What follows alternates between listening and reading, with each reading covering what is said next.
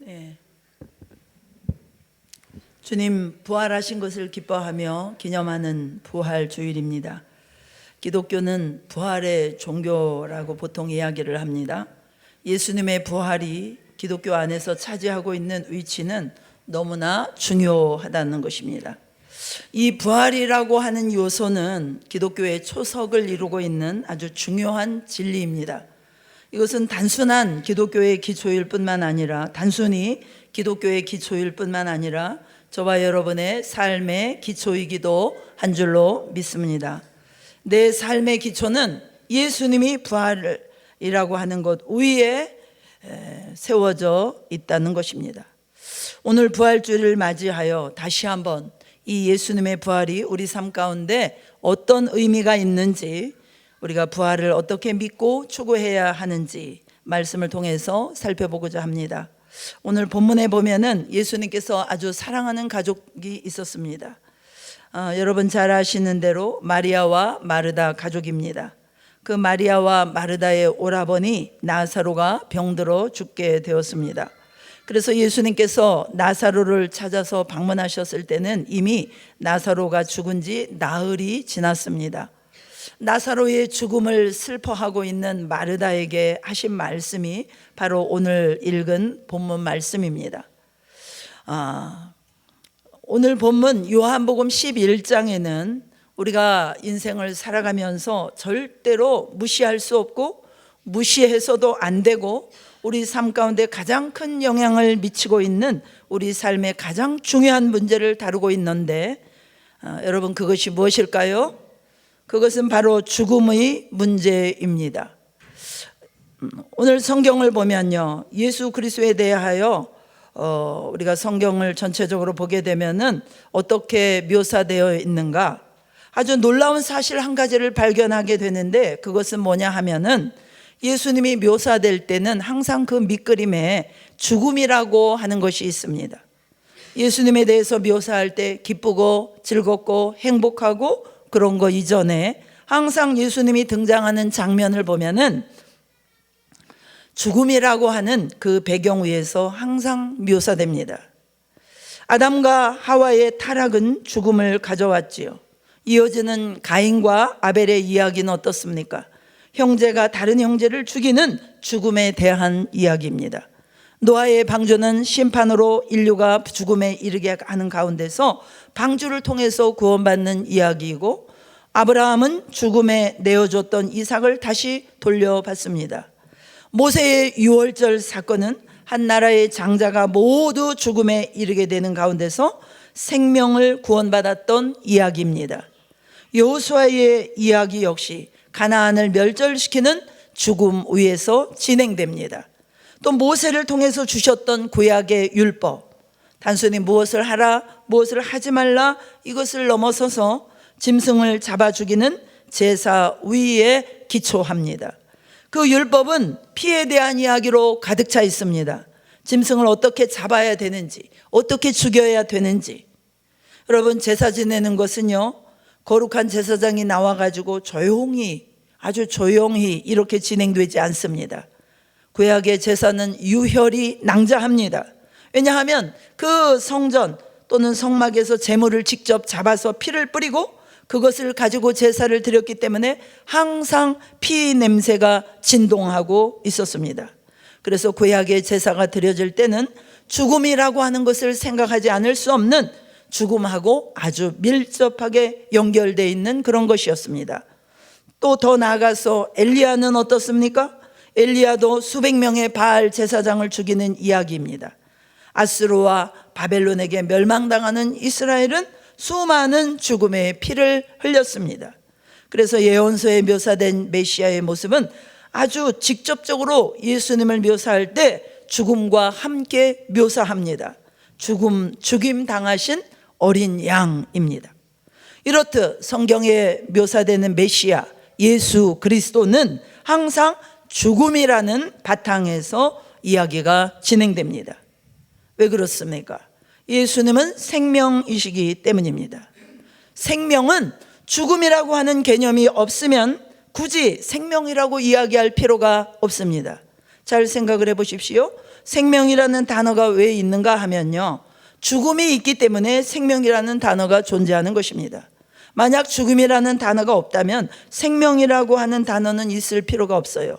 죽음이 없으면 굳이 생명이라는 말을 안 해도 그것은 그냥 있는 것입니다. 마치 태양이 한창 이렇게 짱짱 비치고 있을 때 웬만한 전구를 켜도 이게 켰는지 안 켰는지 구분이 안 됩니다. 태양이 워낙 빛이 강하니까요. 그런데 깜깜한 어둠이 되면 어떻게 됩니까? 작은 라이터를 켜도 굉장히 밝은 빛이 있다는 것을 알게 됩니다. 그것처럼 예수님이 생명이시라고 하는 것은 이 죽음이라고 하는 어둠 가운데서 이 생명이 뭐라고 하는 것을 우리가 확 깨닫게 되는 것입니다. 이 죽음이라고 하는 배경이 없으면 예수님이 생명이시라고 아무리 얘기를 해도 그 생명이 무엇을 의미하는지 우리가 잘 이해할 수가 없는 것입니다. 중국의 그 베이징에서 목회를 하시다가 지금은 한국에 와서 구체적으로 이 공주 지역에서 목회하시는 한 목사님이 계십니다. 중국 베이징에서는 찬송도 크게 할 수 없고 또 예배당에 갈 수가 없고 한 사람씩 가야 되고 기도도 크게 못하고 너무나 답답한 나머지 큰 소리 내서 부르짖고 기도하고 싶어가지고 한국의 기도원에 이렇게 들렸다가 결국 한국에서 이렇게 머무르고 목회를 하시게 되었다고 합니다. 이분에게는 자유가 얼마나 소중한지, 자유 없는 중국 공산사회가 얼마나 고통스러운지, 정말 우리는 이 통제받는 사회에 살지 않기 때문에 그 목사님처럼 절절하게 그렇게 자유가 소중한지 잘 모르잖아요. 이처럼 예수님이 생명이시라고 하는 것도 인간의 죽음이 뭔가 이런 것을 우리가 이해하고 그 죽음을 직시할 때 예수님이 생명이시구나라는 것을 알게 된다는 것입니다. 그래서 오늘 부활이요 생명이신 예수님에 대한 말씀을 우리가 살펴보기 원하는데요, 그래서 먼저 살펴볼 것이 무엇이냐? 바로 죽음입니다. 죽음. 오늘 본문 앞절에 보면요, 3절 14절에 보면 나사로가 병들어 죽게 되었다라는 이야기가 나옵니다. 이 나사로는 여러분 성경에 기록되어 있지는 않지만 그렇게 나이 많은 사람은 아니었던 것 같습니다. 그런 나사로에게 청천벽력 같은 일이 이제 벌어졌는데 병들어 죽게 된 것입니다. 오늘 본문에서 인생에 대한 첫 번째 메시지는 죽음은 누구나에게 예외 없이 찾아온다는 것입니다. 죽음을 피할 수 있는 인생은 한 사람도 없습니다. 로마서 5장 14절에는 사망이 왕노릇한다라고 우리 인생을 묘사합니다. 우리 인생에 왕노릇하는 게 있다라는 것입니다. 왕노릇이라고 하는 게 뭐예요? 우리가 살아가면서 우리 인생을 지배하고 우리 인생에 가장 큰 영향을 미치는 것, 이것이 왕노릇하는 것입니다. 우리 인생에게 왕노릇하는 가장 큰 영향을 미치는 것은 우리 인생의 꿈도 아니고 결혼의 행복도 아니고 자녀를 키우는 기쁨도 아니고 사망이라는 것입니다. 죽음이라는 것입니다. 여러분, 그렇습니다. 죽음은 피해갈 수 없는, 정말 이 죽음을 피해갈 수 있는 사람은 아무도 없습니다. 누구나 죽습니다. 그리고 죽음은 예고 없이 찾아올 수 있습니다. 그렇죠. 살다 보면은 건강하시던 분이었는데 잠자다가 갑자기 심장마비로 돌아가셨다, 뭐 이런 부고를 우리가 들을 때가 있습니다. 정말 예고 없이 찾아오고 정말 뜬금없이 찾아옵니다. 사람들은 죽음을 굉장히 멀리 있다고 생각해요. 아주 멀리 있고 죽음은 나와는 상관없는 것 같이 이렇게 우리가 생각을 합니다. 여러분, 그렇지 않습니다. 죽음은 사실은 우리 주변에 아주 가까이 있고 아주 흔하게 있고 또 누구에게나 예고 없이 찾아올 수 있습니다. 나사로에게도 뜬금없이 죽음이 찾아온 것이에요. 이 젊은 나이에 갑자기 병들어서 죽을 거라고 누가 생각을 했겠습니까? 이것이 죽음의 첫 번째 특징입니다. 자, 두 번째 특징이 있습니다. 죽음의 두 번째 특징은 단절입니다. 단절. 여러분, 누가복음 16장에 보시면 여러분이 잘 아시는 바와 같이 부자와 나사로에 대한 이야기가 나옵니다. 죽음이 끝이 아니라 죽음 이후에 세계가 있다는 거예요. 그리고 이 세계는 심판을 통과하면서 두 곳으로 갈라지는데, 여러분이 아시는 것처럼 천국과 지옥으로 갈라진다는 것입니다. 그래서 부자는 지옥에 갔고요, 나사로는 천국에 갔다는 것입니다. 부자와 나사로 비유를 쭉 읽어보면요, 중요한 단절이 두 개가 등장합니다. 첫 번째 단절은 천국과 지옥 사이에 단절이 있다는 것입니다. 그래서 아무리 지옥에서 천국으로 넘어가려고 해도 넘어갈 수 없는 단절이 있다는 것입니다.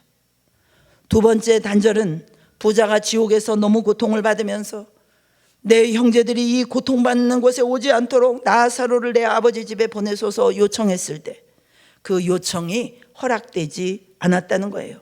가족들과도 단절되는 것입니다. 그래서 여러분, 죽음이 우리에게 고통스럽고 정말 치명적인 이유가 무엇이냐면요, 죽음은 단절을 낳기 때문입니다. 사실 우리가 예수 잘 믿고 돌아가신 부모님이나 가족들에 대해서 뭐 그렇게 슬퍼할 이유가 없어요. 왜냐하면 천국 가셨으니까요. 그런데도 불구하고요, 우리 마음이 어렵습니다. 천국 가셨다는 것은 알지만 그럼에도 불구하고 우리 마음이 어렵고 힘든 것은 왜 그렇습니까? 바로 이별 때문에 그런 것입니다. 그것은 마치 우리가 사랑하는 가족이 살아있음에도 불구하고 멀리 떨어져 가지고 1년씩, 2년씩, 5년씩 이렇게 못 본다고 하면 우리 마음이 힘들지 않습니까? 그와 똑같이 죽음이라고 하는 것은 적어도 우리가 이 땅에서는 다시 못 본다는 것입니다. 우리도 뭐 이제 죽음의 강을 넘어가면은 만나겠지만, 그래도 적어도 우리가 이 땅에 살아있는 동안에는 다시 만날 수 없다는 것입니다. 이 단절, 이별, 이 분리, 이것이 죽음의 본질이라는 것입니다. 그래서 죽음이 우리에게 고통스럽고 사람들에게는 슬픔을 주는 것입니다. 이 죽음 안에는 본질적으로 단절이 들어있기 때문입니다. 그런데 사랑과 사람의 그 단절보다 더 심각한 단절이 있습니다. 더 심각한 죽음이 있습니다. 그것은 뭐냐면은 하나님과의 단절입니다. 맨 처음에 선악과를 따먹기 전에 아담에게 이거 따먹으면 죽으리라 말씀하셨어요. 그런데 그 죽음이라고 하는 것은 육체의 죽음만을 의미하는 것은 아니었습니다. 왜냐하면 따먹자마자 갑자기 그 사과가 목에 걸려가지고 무슨 백설공주처럼 죽은 게 아니잖아요. 그러고도 800년, 900년을 살았지 않습니까?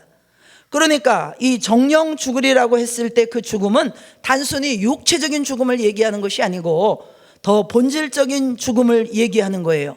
무엇입니까? 영적인 죽음입니다. 이 영적인 죽음은 뭐냐? 하나님과의 단절입니다. 하나님과 함께 있을 수 없는 것입니다.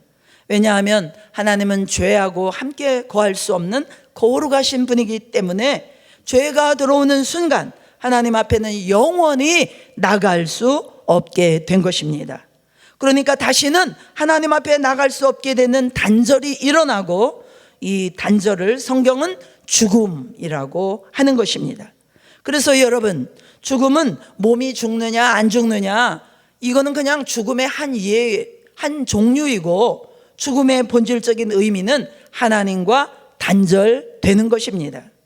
부자가 지옥에 가서 나로 하여금 천국에 있는 나사로에게 그냥 물 한 모금만 마실 수 있게 해주십시오 그랬더니 할 수 없다는 거예요. 하나님과 함께 할 수 없는, 하나님과 영원히 단절되는 영적인 영원한 죽음, 이것이 죽음입니다. 자, 죽음의 세 번째 특징이 있습니다. 죽음은 인간에게 치명적이라는 것입니다. 왜냐하면 돌이킬 수 없기 때문입니다. 돌이킬 수 없기 때문입니다. 그렇습니다, 여러분. 죽음은 돌이킬 수 없습니다. 예수님 외에는 누구도 죽음을 돌이키지 못했습니다. 나사로가 여러분 살아나긴 살아났지만 그렇다고 뭐 안 죽었습니까? 나사로는 그러고 나서 나중에 나이 들고 병 들어서 다시 죽었어요. 그러니까 죽음을 돌이킨 것이 아니고 죽음을 잠깐 연장한 것 뿐입니다. 그래서 여러분, 죽음을 돌이킨 사람은 없습니다. 하나님이신 예수님 빼고 인간 중에서 죽음을 돌이킨 사람은 없습니다. 그렇기 때문에 죽음은 치명적입니다. 여러분, 어떤 선택이 절대로 돌이킬 수 없는 선택이다라고 했을 때 그것을 잘 선택하지 않으면 아주 치명적인 결과를 가지고 오게 되는 것입니다. 왜 그렇습니까? 돌이킬 수 없기 때문입니다. 그와 마찬가지로 죽음이 우리 가운데 치명적이고 고통스러운 이유는 무엇입니까? 죽음은 돌이킬 수 없기 때문입니다. 많은 사람들은 죽음을 돌이키고 싶어 합니다. 고통스러우니까. 그래서 가끔 뉴스 같은 거 보면은 이렇게 심심찮게 그런 거 나옵니다. 남편이 죽거나 자식이 죽거나 그랬는데 다시 살아날 거라고 집에다가 놔두고 정신적으로 문제가 있는 사람이죠. 너무나 고통스럽기 때문에 그런 것입니다. 죽음을 돌이킬 수 없는데 돌이키고 싶은 것 때문입니다. 그래서 사실은 인류 역사를 쭉 보면요, 결국 인류 문명의 역사라고 하는 것은 이 죽음과의 싸움 아닙니까? 어떻게 하면 죽음을 극복할 수 있을까? 어떻게 하면 죽음을 극복할 수 있을까? 극복할 수 없다고 하는 것을 막연하게 사람들은 알고 있기 때문에 그래서 죽음을 조금이라도 연장해 보려고 건강에 대한 연구도 하고 그러다 보니 의학도 발달하고 이런 것입니다. 이렇게 인류 문명의 결국 이 죽음을 극복하기 위한 싸움이었다는 것이에요. 그런데 여러분, 이 죽음이 극복될까요? 이런 식으로는 극복이 안 됩니다. 이 죽음은 딱 한 분만 극복하실 수 있습니다. 그분이 누구십니까? 자기 스스로를 부활이요 생명이라고 말씀하신 예수 그리스도이십니다. 예수 그리스도의 부활은 뭐냐? 죽음을 돌이킨 사건입니다. 우리 인류가 지난 수천 년 동안 싸워왔던, 그리고 소원해왔던, 소망해왔던 그 해답이 예수 그리스도시라는 것입니다. 그분이 죽음을 돌이키시는 분이라는 것입니다. 그분이 죽음을 극복하신 분이라는 것입니다. 예수님이 인류의 해답인 것을 믿으시기를 축복합니다. 네 번째, 죽음의 치명적인 이유는 그 대가가 너무 크기 때문입니다. 생각해 보세요, 여러분. 죽음은요, 평생 살면서 쌓아놓았던 모든 것들과 한순간에 이별하게 됩니다. 진짜 중요하다고 생각해왔던 평생의 꿈도, 애지중지 아껴왔던 물건도, 정성스럽게 막 인터넷 뒤지고 해가지고 집을 아름답게 꾸며놨어도 그 무엇보다도 심각한 것은 정말 내 몸과 다름이 없는 사랑하는 가족들과도 죽으면 한순간에 끝납니다. 이 모든 것을 그냥 다 스탑하고 딱 내려놓고 가야 되는 겁니다. 여러분, 죽음을 잘 준비하실 수 있기를 축복합니다. 왜냐하면 여기 땅 하고 죽으면 그 다음에는 뭐 이렇게 정리하고 뭐하고 할 수가 없어요. 그냥 가야 됩니다. 모든 게 끝입니다. 그냥 하던 거 딱 내려놓고 가야 됩니다. 그리고 죽음은 여러분, 그 대가가 참으로 큽니다. 죽은 사람에게만 대가가 큰 게 아니고요, 남아있는 가족들은 어떻습니까? 미국의 한 연구소에서 사람이 받는 스트레스에 대한 것을 연구한 그 보고서에 따르면요, 사람이 짧은 시간에 경험할 수 있는 가장 큰 스트레스가 뭔가, 이거를 연구했는데 배우자의 사망, 배우자의 죽음이라고 합니다. 이것이 사람이 짧은 시간 동안에 받는 가장 큰 스트레스라는 것입니다. 그렇습니다, 여러분. 죽음은 굉장한 스트레스를 가져옵니다. 그래서 죽음은 남아있는 가족들에게 그 무엇으로도 보상할 수 없고 그 무엇으로도 치유할 수 없는 상처를 남기게 됩니다. 사랑하는 남편이나 아내나 또 자녀를 잃은 사람을 제가 목회적으로 돌보다 보면요, 무슨 말을 해야 될지 막막합니다. 저는 일반적으로는 사람들 이야기를 듣다 보면은 무엇을 말해줘야 될지 그냥 머리에서 빙글빙글 답이 다 나옵니다. 그러나 가족이나 이런 어떤 자녀를 잃거나 이런 분들을 만났을 때는 아무리 앉아 있어도 뭘 말해줘야 될지 생각이 안 나요. 무슨 얘기를 해줘도 안 될 것 같은 생각이 듭니다. 무슨 얘기를 해줘도 위로가 되지 않을 것 같아요. C.S. 루이스가 자기 아내가 죽고 나서 쓴 책 슬픔에 대하여라는 책이 있어요. 그 책에서 그는 이렇게 말했습니다. 위로하지 말라. 뭘 해도 위로가 안 되는 거기 때문에 위로하지 말라라고 말합니다. 아무리 생각해봐도 이건 위로를 할 수 있는 게 없다는 거예요.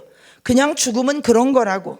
죽음은 그 대가가 너무 크기 때문에 그걸 보상하거나 뭐 고통을 조금 줄이거나 이럴 수 없다는 것입니다. 그만큼 여러분, 죽음은 큰 대가를 치르게 됩니다. 무엇으로도 보상할 수 없고 무엇으로도 위로할 수도 없습니다. 그래서 오늘 본문 33절로 35절에 보면 마리아와 마르다가 큰 슬픔에 쌓여 있습니다. 이 슬픔이 얼마나 컸는지 예수님께서도 함께 눈물을 흘리셨다는 거예요. 근데 여러분 잘 생각해 보세요. 지금 예수님께서 뭐 하러 오신 건가요? 나사로 지금 다시 살리러 오셨거든요. 그러니까 예수님은요, 나사로 때문에 오신 게 아니에요. 아이고 나사로야 네가 어떻게 갔냐 이러면서 오신 게 아니라는 거예요. 그러면 여러분, 예수님이 왜 오셨습니까? 예수님이 오신 것은요, 그 죽음 앞에 위로할 수도 없고 보상할 수도 없고 돌이킬 수도 없고 어떻게 할 수 없는 이 상황 가운데 울고 있는 이 사람들을 고통을 보니까 너무나 안쓰러운 거예요. 야, 인간의 고통이라는 게 이런 거구나. 그래서 금방 다시 살릴 거를 아셨지만 그럼에도 불구하고 이 죽음이 가져다주는 충격과 고통과 슬픔과 어떻게 해결할 수 없는 이것들 때문에 울고 있는 이 가족들, 또 주변의 사람들을 보니까 그것을 마음에 통분히 여기신 것입니다. 그래서 예수님이 오신 것입니다. 그런데 여러분, 이 죽음이 참 잔인한 것은요, 사랑하면 사랑하는 만큼 고통이 커진다는 거예요. 나하고 별 관계가 없어 내가 별로 사랑하지 않는 사람이 죽었다면은 아이고 안 됐다 그러기는 하지만 그게 나한테 고통이 되지는 않습니다. 그러나 내가 아주 친하게 지냈고 아주 사랑했던 사람이 죽었다 그러면요, 그것은 나에게 너무나 큰 고통입니다. 내가 가장 사랑하는 사람, 배우자나 자녀가 갑자기 죽었다, 그것은요, 그 사람의 인생을 정상적으로 살 수 없을 만큼 망가뜨립니다. 여러분, 사람이 속고 있는 것이 있어요. 뭐냐면요, 어떤 사랑이든지 간에 사랑은 절대 해피엔딩으로 끝나지 않습니다. 왜 그렇습니까? 끝에 가면 누군가 죽을 거니까요. 사랑하는 사람이 먼저 죽을지 내가 먼저 죽을지 둘 중 하나 먼저 죽거든요. 아주 운이 좋아서 무슨 사고로 같은 시간에 죽으면 모르겠는데 뭐 이런 거 빼고는 하여간 한 사람이 먼저 죽습니다. 그래서 여러분, 모든 사랑은 항상 끝은 비극입니다. 왜요? 한 사람은 죽어야 되니까요. 그리고 이 고통은 정말 아이러니한 게 사랑하는 거에 비례해서 커집니다. 사랑하면 사랑한 만큼 나중에 고통이 커지는 것입니다. 그럼 이게 도대체 뭐예요? 우리 인생은 설명할 수 없는 모순 덩어리인 거예요. 가장 행복하고 가장 좋아하는 것이 사실은 가장 큰 고통을 줍니다. 말이 안 되는 거예요. 이 모순, 왜 사랑은 고통으로 끝나야 되는가? 이 모순에 대해서 오늘 예수님께서 선포하십니다. 나는 부활이요 생명이니라. 이 나사로의 죽음 앞에서, 그 깜깜한 어둠 앞에서, 절망 앞에서 나는 부활이요 생명이니, 나는 부활이요 생명이니, 이것이 오늘 성경이 말하고 있는 부활이요 생명 자체이신 예수님의 선포입니다. 그렇습니다, 여러분. 이 지구상의 어떤 인간도 이 예수 그리스도 부활이요 생명 자체이신 이분이 없으면 인생은 모순입니다. 모순입니다. 설명할 수 없습니다. 그리고 인생은 결국 허무하게 끝납니다. 사망의 왕노릇하는 이 인생에 대한 유일한 빛은 부활이요 생명이신 예수님이 해답이시라는 것입니다. 아, 부활과 생명이 이분 안에 있구나, 이분이 누구신지를 깨닫고 붙잡는 사람은 죽음의 모순을 뛰어넘어서 하나님이 사랑이시고 그 사랑과 축복을 누리게 되는 그런 놀라운 진리 가운데로 들어가게 되지만, 이것을 알지 못하거나 부인하는 사람은 끝까지 이 모순을 벗어나지 못합니다. 끝까지 이 고통을 벗어날 수 없습니다. 왜 그렇습니까? 사망이 왕노릇하고 있기 때문입니다. 예수께서 오늘 말씀하십니다. 나는 부활이요 생명이니. 나는 부활이요 생명이니. 여러분, 이것이 우리가 믿고 있는 복음이고 우리가 믿고 있는 예수 그리스도입니다. 할렐루야. 예수님께서 그 사망을 향하여 선포하십니다. 예수께서 이르시되 나는 부활이요 생명이니 나를 믿는 자는 죽어도 살겠고 무릇 살아서 나를 믿는 자는 영원히 죽지 아니하리니 이것을 내가 믿느냐. 예수께서 드디어 아담과 하와의 그 타락 이후로 인간이 한 번도 벗어난 적이 없던 그 굴레, 우리 삶의 바탕을 형성하고 있는 이 어둠, 이 죽음에 대해서 처음으로 선포하신 것입니다. 고린도전서 15장 55절에 사망아 너의 승리가 어디 있느냐, 사망아 내가 쏘는 것이 어디 있느냐. 고린도후서 5장 4절에 참으로 이 장막에 있는 우리가 짐진 것 같이 탄식하는 것은 벗고자 함이 아니요 오히려 덧입고자 함이니 죽을 것이 생명에 삼킨 바 되게 하려 함이라. 죽음이, 사망이 생명에게 삼켜졌다는 것입니다. 히브리서 2장 14, 15절입니다. 우리 한번 같이 읽어보겠습니다. 시작.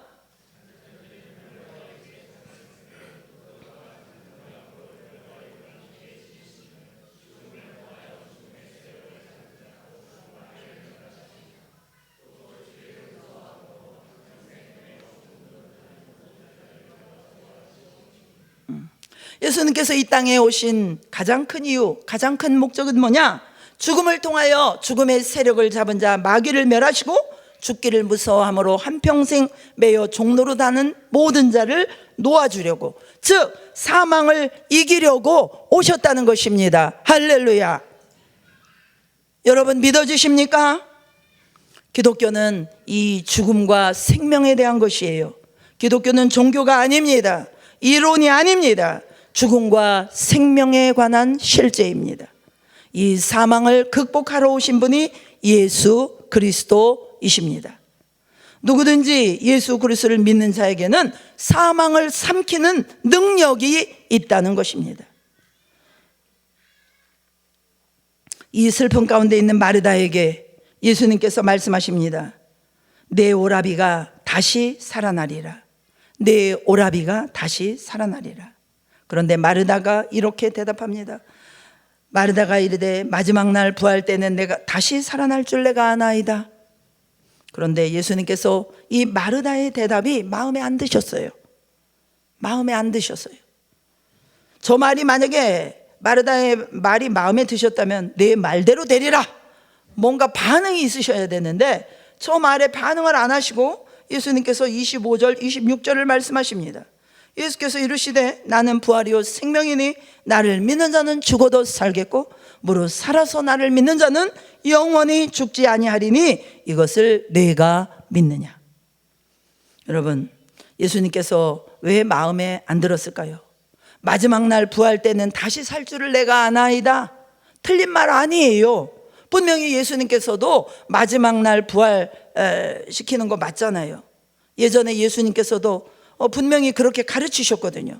다 부활할 것이다. 틀린 말 아니에요. 그럼에도 불구하고 예수님이 이 말이 마음에 안 들으셨던 이유가 무엇일까요? 그것은 예수님께서 지금 이 나사로의 집에 찾아오신 이유는 마지막 날 부활할 것이야 라고 이 부활에 대한 무슨 신학을 가르치러 오신 게 아니에요. 지금 예수님께서 오신 것은 지금 죽어있는 이 나사로, 모두를 감당할 수 없는 고통과 슬픔 속에 몰아넣은 이 나사로의 죽음, 지금 죽어서 무덤에 갇혀있는 이 죽은 나사로를 살리러 오신 것입니다. 그렇습니다, 여러분. 예수님이 부활이요 생명이시라고 하는 말씀은 지식과 이론이 아닌 것입니다. 지금 현재 일어나고 있는 일이고 실제적인 능력임을 믿습니다. 우리가 오랫동안 신앙생활 하다 보면 빠지는 함정이 있어요. 그 함정이 무엇입니까? 복음과 예수와 성경이 이론이 되어버리는 거예요. 내 머릿속에 지식이 되어버리는 겁니다. 그렇게 될 줄은 내가 아나이다. 마지막 날 부활할 줄 아나이다. 예수 믿으면 구원받은 줄 내가 아나이다. 아나이다. 오케이. 아는 거 좋아요. 그런데 그 생명과 부활이 우리의 삶 가운데서 지금 역사하고 있느냐라는 거예요. 예수님이 여러분의 삶 가운데 살아 역사하고 있는 현실이십니까? 아니면은 마지막 날 부활할 줄을 내가 아나이다. 마르다의 대답처럼 이론과 지식입니까? 예수님은 이 이론적인 대답이 마음에 안 들었던 거예요. 왜냐하면 지금 예수님은 이론 가르치러 오신 게 아니거든요. 우리가 믿고 고백하는 예수님은 이론과 우리의 지식 속에 갇혀 있는 분이 아니라 저와 여러분의 삶 속에서 죽어 있는 나사로를 살리러 오신 분임을 믿으시기 바랍니다. 여러분이 죽어 있는 나사로는 뭐예요? 여러분의 삶 가운데 고통을 주고 여러분의 삶을 무기력하게 만들고 할 수 없다라고 생각하게 만드는 그 죽어 있는 나사로는 무엇입니까? 여러분이 믿는 예수는 여러분이 죽은 나사로를 마지막 살릴 거라고 하는 지식의 예수님입니까?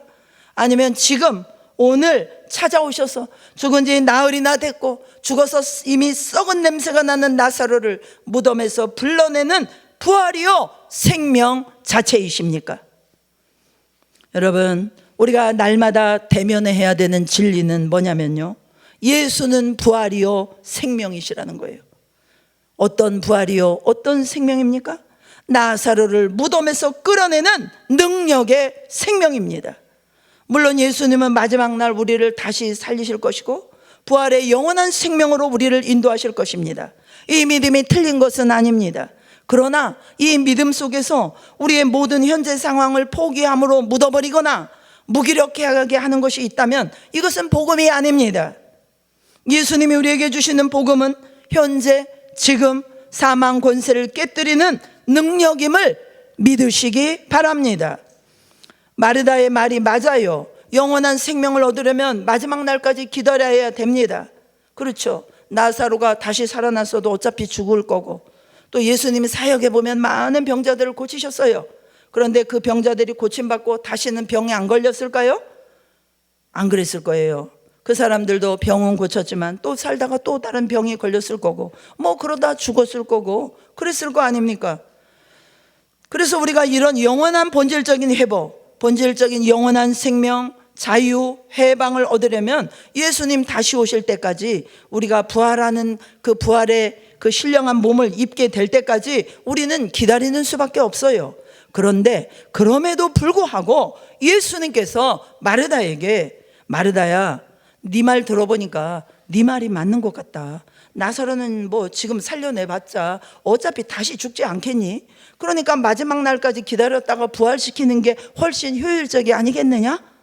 아니면 어차피 나사로 다시 살려봐야 이 죄 많은 세상, 고통스러운 세상, 이 세상 더 사는 게 뭐 이렇게 나사로에게 축복이 되겠니? 빨리 하나님 나라 가 있는 게 좋지. 이게 축복이지.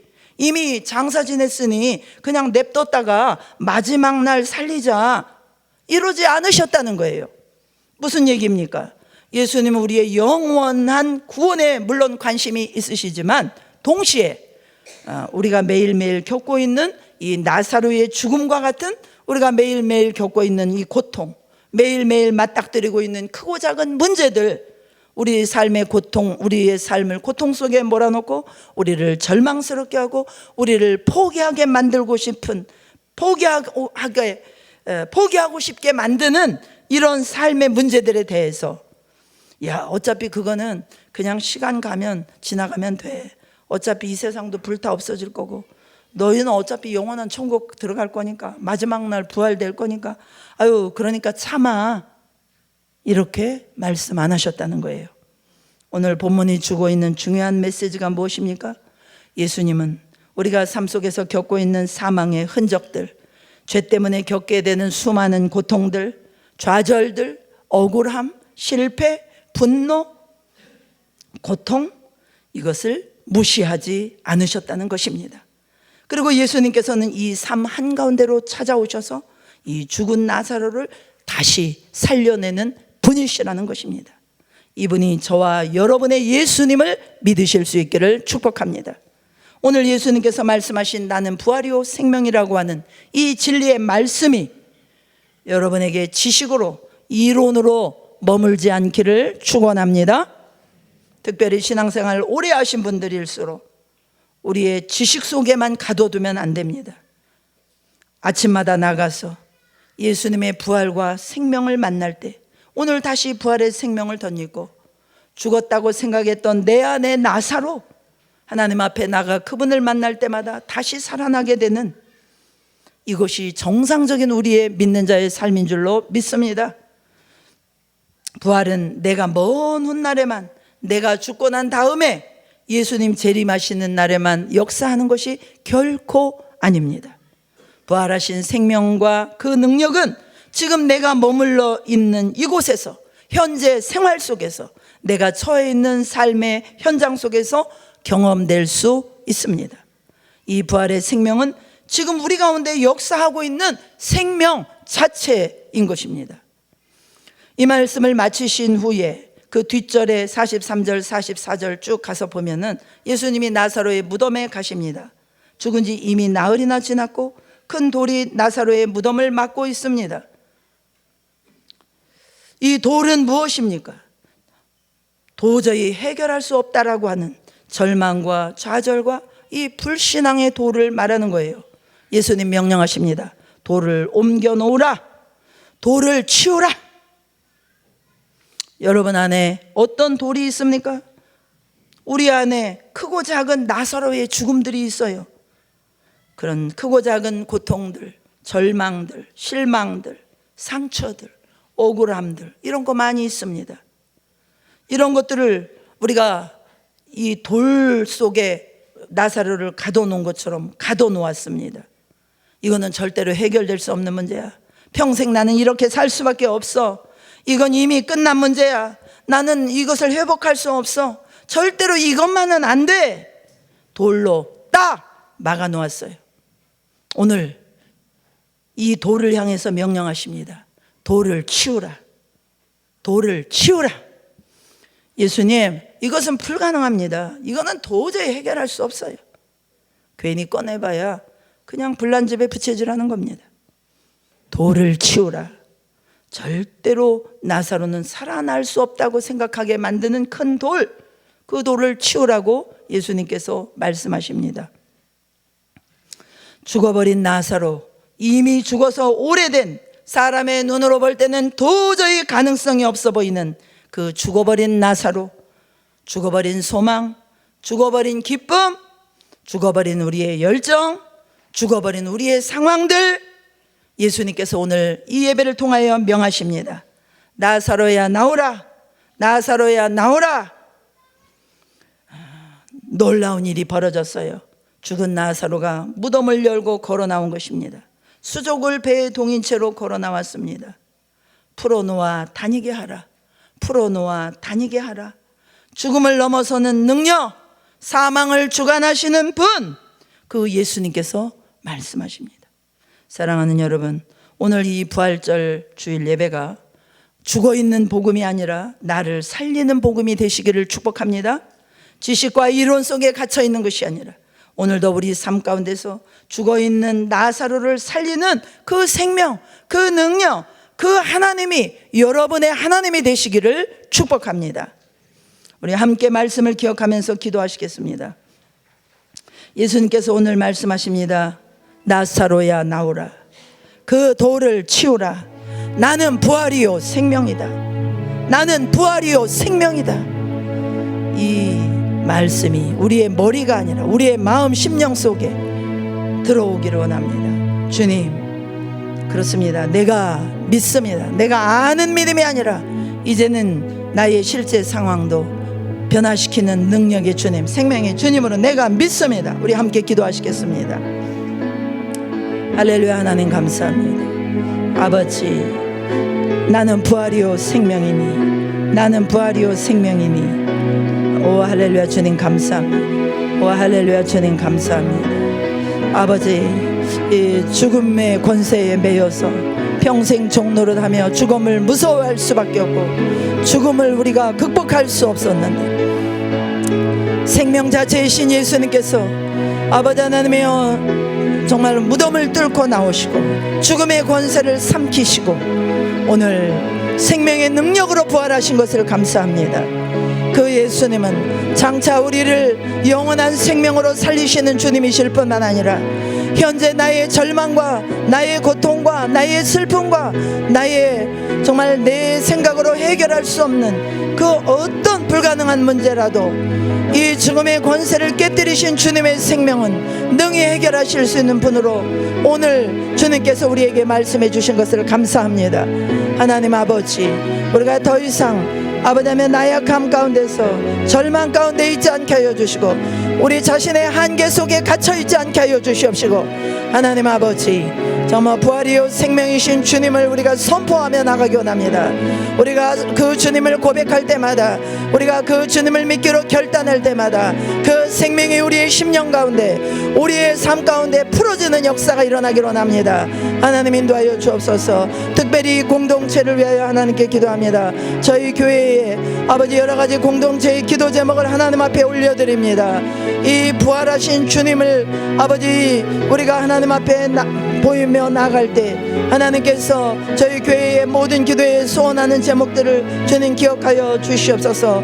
아버지 참으로 특별히 환우분들 가운데 슬픔과 고통 가운데 좌절 가운데 아버지 하나님이여 오랜 시간 동안에 연약함 가운데 있는 아버지 하나님 우리 환우분들을 주께서 붙들어 주시고 우리 부모님들을 붙들어 주시고 부활이요 생명이신 주님께서 이들의 죽음의 권세를 깨뜨려 주시고 부활과 생명의 능력을 부어 주시옵소서.